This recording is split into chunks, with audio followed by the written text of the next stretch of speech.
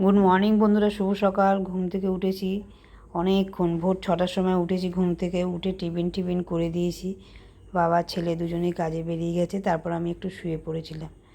আমার কী বলতো, ঘুমটা যদি ভালোভাবে না ঘুমাই না, আমার খুব গ্যাস হয়ে যায়, শরীরের সমস্যা দেখা দেয়। ওই জন্য একটু ঘুমিয়ে পড়েছিলাম। তারপর দেখি কলিং বেলের আওয়াজ, উঠে দেখি গ্যাসওয়ালা এসেছে। গ্যাসটা রাখলাম, গ্যাসটা রেখে ওনার পায়ে যা জল কাদা, এই ডাইনিংটা আবার মুছে টুছে এদিকে দাঁত ব্রাশ করতে চলে এলাম, যে না আর ঘুমাবো না, 9টা বেজে গেছে, আর ঘুমালেই দেরি হয়ে যাবে। এবারে দাঁত ব্রাশ করে চলে এলাম চা করতে, কেননা আমি তো সকালে চা খাইনি। এদিকে ছেলেও এসছে, ঠাকুরের মিষ্টিটা নিয়ে এসছে, আর পনির নিয়ে এসছে, পনির রান্না করার জন্য পনির নিয়ে এসছে। তা বলছে মা একটু চা করো, তা চা করছি। এদিকে ছেলেও খাবে, আমিও খাবো। চাটা বানিয়ে নিই, চাটা খেয়ে তারপর আবার রান্নার দিকে আসবো। চাটা হয়ে গেছে, দেখো কতগুলো চা বানানো হয়ে গেছে। এবারে কি হয়েছে, চাটা একটু বেশি, এতগুলো চা নষ্ট করব, খেয়ে নিচ্ছি। তা খাচ্ছি আর ভয়ও পাচ্ছি যে আমার এমনিতেই গ্যাসের সমস্যা, এতগুলো চা খাচ্ছি, মনে হয় আজকে বিছনায় না পড়ে যাই। তারপর যাই হোক, বিস্কুট দিয়ে চাগুলো খেলাম পুরোটাই। খেয়েছি। পরে দেখি শরীরটা খুব খারাপ লাগছে, গ্যাসের সমস্যার মতো মনে হচ্ছে। এতগুলো চা একসাথে খেয়ে নিয়েছি আমি, ফেলে দেওয়ার ভয়। এদিকে দেখো বাইরে তো বৃষ্টি হচ্ছে, সমানে সকাল থেকে বৃষ্টি পড়ে যাচ্ছে। এদিকে দেখো পাশে ফ্ল্যাট হচ্ছে, মাটি খুঁড়েছে। এ দেখো বৃষ্টি, দেখেছো, বৃষ্টি পড়েই যাচ্ছে।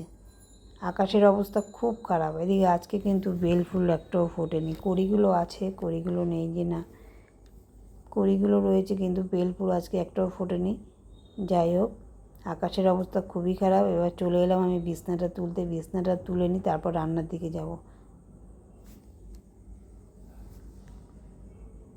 এদিকে বাসি বিছনা ঘরে থাকলে না রান্নার দিকে যেতে ভালো লাগে না। যেহেতু আমি আজকে ভাত করব না, যেহেতু ভাত করলে কী হয়, ভাত বসিয়ে রেখে আমি বিছনাটা তুলে নিই, তাহলে কি এক সময় দুটো কাজ হয়ে যায়। ওই জন্য আমি আজকে তো ভাত করব না, ছেলে রুটি খাবে বলেছে, রুটি আর পনির দিয়ে খাবে। ভাত করব না যে তা না, অল্প করে ভাত তো করতেই হবে, নাহলে চিকু খাবে, আমি খাবো, কাজের মেয়েটা ও দুটো ভাত খাবে। এবারে ভাত না করলে হবেও না, দুটো ভাত তো করতেই হবে। তাও ভাবলাম বিছনাটা তুলে রেখে তারপর রান্নাঘরে যাই। এবার রান্নাঘরে দেখো চলে এসেছি, আবার একটু আটা মেখে নিচ্ছি। সকালে তো একবার আটা মেখে রুটি করা হয়েছে, টিফিন খেয়েছে, আবার একটু আটা মেখে নিলাম দুপুরে খাবে বলে।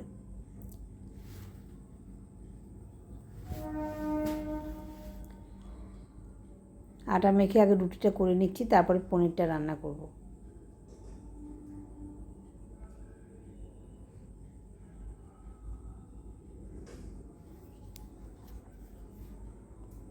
রুটিগুলো সব করে নিলাম। এবার পনিরের জন্য দেখো আমি পেঁয়াজ, আদা, টমেটো, রসুন সব কেটে নিয়েছি, এগুলোকে পেস্ট করে নেব।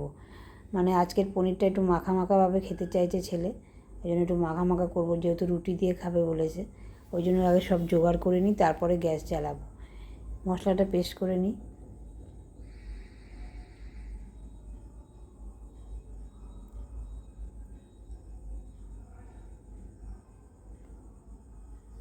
এরপরে পনিরটা আমি ভালো করে একটু কেটে নিই। দেখো অনেকটা পনির আছে, কিন্তু পুরোটা করব না, একটুখানি আমি রেখে দেবো।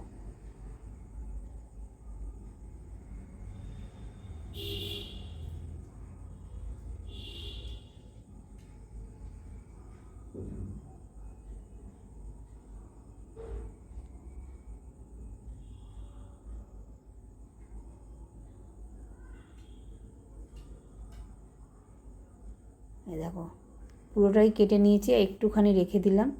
ওইটা অনেক সময় যদি আলু দিয়ে ঝোল খায় কিংবা পকোড়া টকোড়া খায়, ওই জন্য একটু রেখে দিলাম।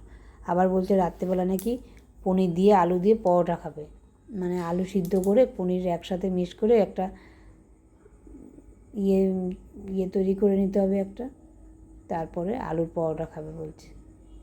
পুর একটা তৈরি করে নেব, পুরটা তৈরি করে ময়দা মেখে তারপরে পরোটা খাবে রাত্রিবেলা। ওই জন্য অল্প একটু পনির রেখে দিলাম, ঠিক আছে রাতে যা করার করব। এবার এদিকে পনিরটা রান্না করছি, দেখো তেলের মধ্যে একটু নুন দিয়ে দিলাম, তাহলে কী হবে, পনিরটা ভাজলে একটু নুন নুন লাগবে, নাহলে আরও না লাগবে। একবারে সব দেওয়া যাবে না, অল্প অল্প করে দুবারে ভাজতে হবে।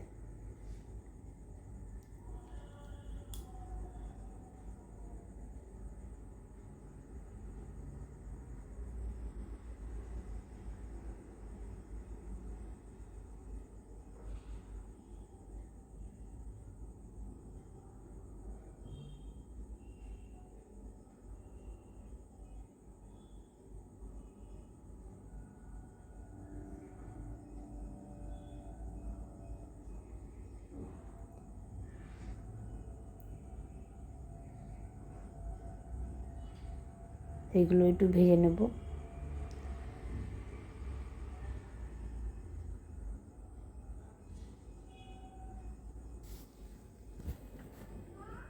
তারপর দেখো এখানে বাটিতে টক দই নিয়েছি, টক দইয়ের মধ্যে আমি এবার মশলাটা অ্যাড করব। এখানে লঙ্কার গুঁড়ো দিয়ে দেবো একটু ঝালের জন্য, একটু জিরের গুঁড়ো দিয়ে দেবো,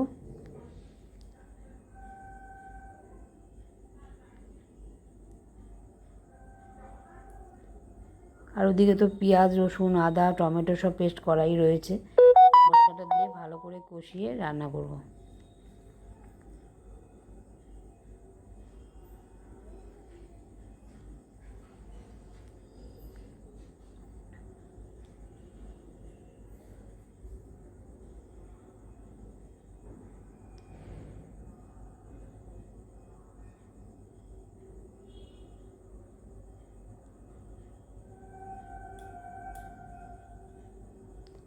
এদিকে গরম মশলা একটু সোমবারে দিয়ে দিলাম।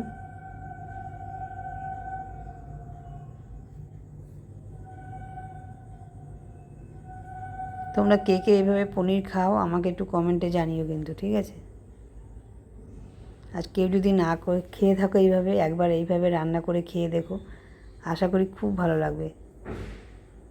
আর আমার কিন্তু একটা রান্নার চ্যানেল আছে, মিঠু কিচেন, তোমরা অবশ্যই চ্যানেলটাকে ভিজিট করো। যারা যারা দেখোনি তারা অবশ্যই দেখবে, ভিজিট করবে, কমেন্ট করবে, তাহলে আমি বুঝতে পারবো, ঠিক আছে? আর যারা যারা দেখেছেন আমার পুরনো বন্ধুরা তারা তো দেখেছেই। আর আমার কিন্তু একটা মিঠু কিচেন একটা চ্যানেল আছে, তোমরা রান্নাগুলো দেখতে পারো অবশ্যই।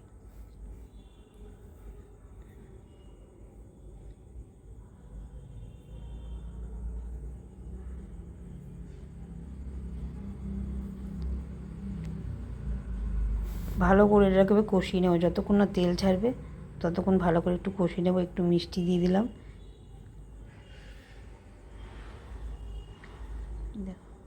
তেল কিন্তু ছাড়তে শুরু করে দিয়েছে। এবার পনিরগুলো দিয়ে দেবো, দিয়ে ওই অল্প করে যেই বাটিতে জলটা রাখলাম মশলার বাটিতে ওই জলটুকুই দেবো, আর দেবো না।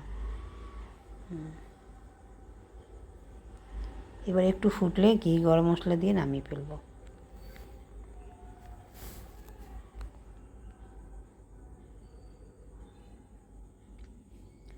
নামিয়ে দেবো, এবার রান্নাটা শেষ, গ্যাস অফ করে দিয়েছি। এবার বাটিতে বাটিতে বেড়ে নেবো, রাতের জন্য আলাদা বেড়ে রাখবো আর দিনের জন্য আলাদা বেড়ে নিচ্ছি।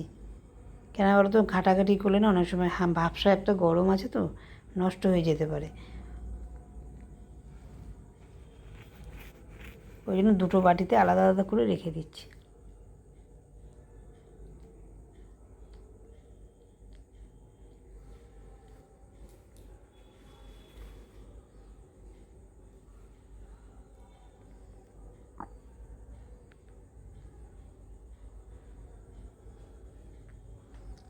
দেখো পনিরের কালারটা দেখো কত সুন্দর হয়েছে, আমি কিন্তু কোনো কাশ্মীর লঙ্কার গুঁড়ো মিশাইনি, কিচ্ছু না, তাও দেখো কত সুন্দর কালারটা এসছে। একবার হলো তোমরা এই পনিরটা এইভাবে রান্না করে খেয়ে দেখো কেমন লাগে। আর কী কী রান্না করেছি দেখো, ডাল ভাত, কালকে ডাল ছিল, আর ভাত করেছি, রুটি করেছি, এই পনিরের তরকারি। যে ভাত খাবে সে একটু ডাল দিয়ে পনির তরকারি, শুধু পনির তরকারি দিয়ে তো খাওয়া যায় না, ডাল আছে। আর এদিকে সকালে একটু পেঁয়াজি ভেজেছিলাম, পেঁয়াজি ভাজা আছে, আরও রুটি দিয়ে, ছেলে রুটি দিয়ে পনির দিয়ে খাবে, চিকু ভাত খাবে। রান্নাবান্না কমপ্লিট করে এদিকে দেখো কতগুলো কাঁচা ভিজাতে এসেছি, কেননা রোজেরটা যদি রোজ না কাচি না অনেক জমে যাবে। শীতে আর এই বর্ষাকালে যদি একবারে বেশি করে কাচলে ছাদে যাওয়া যাচ্ছে না, কখন বৃষ্টি নেমে যাবে বলা যায় না। ওই জন্য কী হয়, অল্প অল্প করে কেচে বারান্দায় মিলে দিতে হচ্ছে, জলটা টেনে গেলে ঘরে ফ্যানের তলায় মিলে দিলে শুকিয়ে যায়। একবারে বেশি কাচার থেকে অল্প অল্প রোজ কাচাই ভালো, কেননা বর্ষাকালে একবারে বেশি কাচাটা সম্ভব হয়ে উঠবে না, কেননা ছাদে তো শুকাবে না। আর ওই ছাদে যাওয়া আসা, দেখা গেলো বৃষ্টি আসবে দৌড়ে চলে যাওয়া, ও হবে না। বৃষ্টি আস্তে আস্তে আমার যেতে যেতেই মানে জামা কাপড় ভিজে যাবে, তার থেকে বারান্দায় মিলে রেখে দিই, বৃষ্টি আসলে ঘরে একটু ফ্যানের তলায় মিলে দিলে শুকিয়ে যায়। এদিকে দেখো ও কাজ করতে চলে এসেছে, ঘর দুয়ার ঝাড় দিয়ে মুছবে, ঠাকুর বাসন মাজবে, মেজে টেজেও চলে যাবে। তারপরে আমি আবার আমার কাচাগুলো কাচবো, স্নান করব, পূজা দেব, এই করতে করতে আমার অনেক বেলা হয়ে যায়।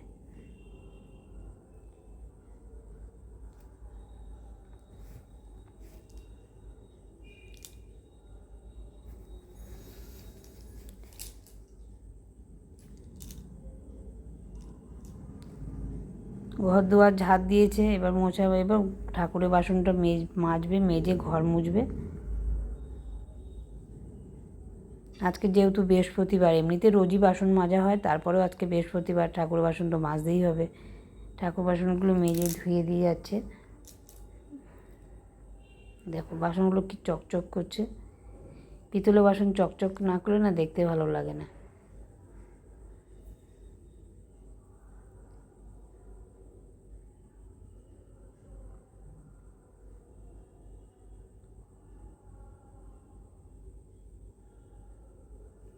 পনিরটা কেমন হয়েছে বল? হেভি আছে, হেভি।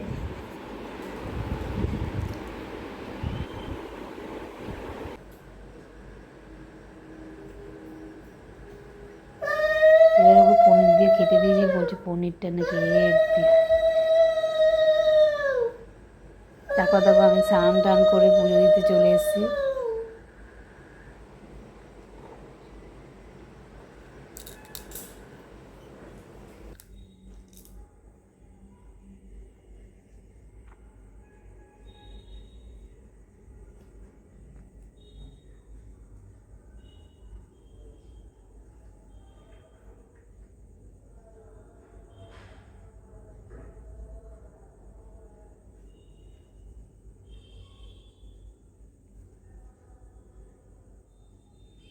সবার ভোগের মধ্যে তুলসী পাতা দিয়ে দিচ্ছি।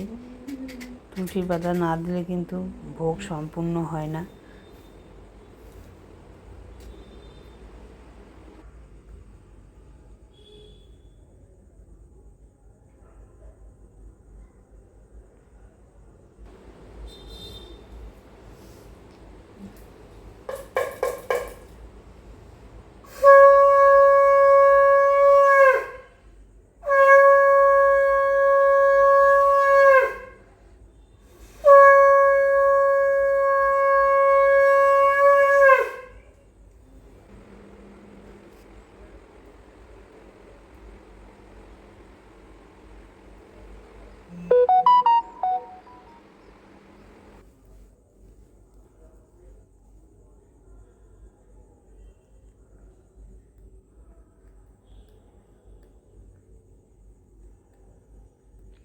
পুজো টুজো দিয়ে একদম চলে এলাম চা করতে।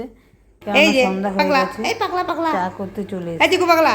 চাটা খেয়ে নিয়ে তারপরে আবার আসো, রাতের জন্য আসো, রান্না আসো। বান্না করতে হবে। চা খাচ্ছি, এদিকে দেখো চিকুটাকে ঘুরে বেড়াচ্ছে সারা ঘর।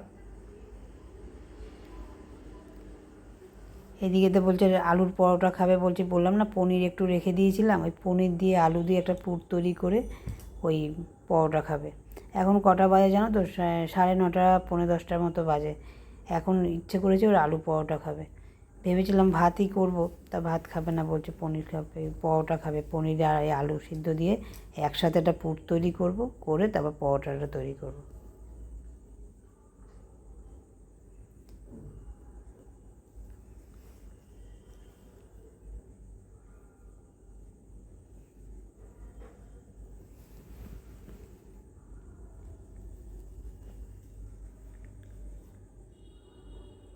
চাট মশলাটা কী বলো তো, ফ্রিজে রাখা ছিল তো মনে হচ্ছে একটু গলে গলে গেছে, ওই জন্য বেরোচ্ছে না ঠিকঠাক। সব কিছু দিয়ে ভালো করে নেড়ে চেড়ে পুরটাকে নামিয়ে নেব।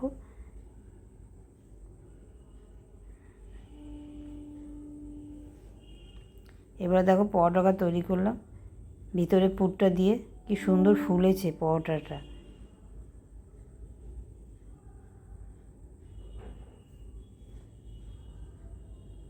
ছেলে আর বাবা দুজনের খাওয়া হয়ে গেছে, আমার জন্য বেড়ে রেখেছি দেখো 1.5 খানা। তাই খেতে পারবো কিনা সম্ভব। আমি এই তেলের জিনিস না এখন একদম খেতে পারি না, আমার গা গোলায়। আর এদিকে দেখো গ্যাসের টেবিলটার কি অবস্থা, আটা ফাটা রুটি ফুটি করে আমি এইভাবে আমি রেখে ঘুমাতেই পারবো না। আমি এই টেবিল পরিষ্কার করবো, বাসন টাসন সব গুছিয়ে জায়গা মতো রাখবো। ভিডিওটা কেমন লেগেছে কমেন্টে জানাবে অবশ্যই। ভালো লাগলে লাইক শেয়ার কমেন্ট করো, সাবস্ক্রাইব করো, পাশে থেকো। টাটা।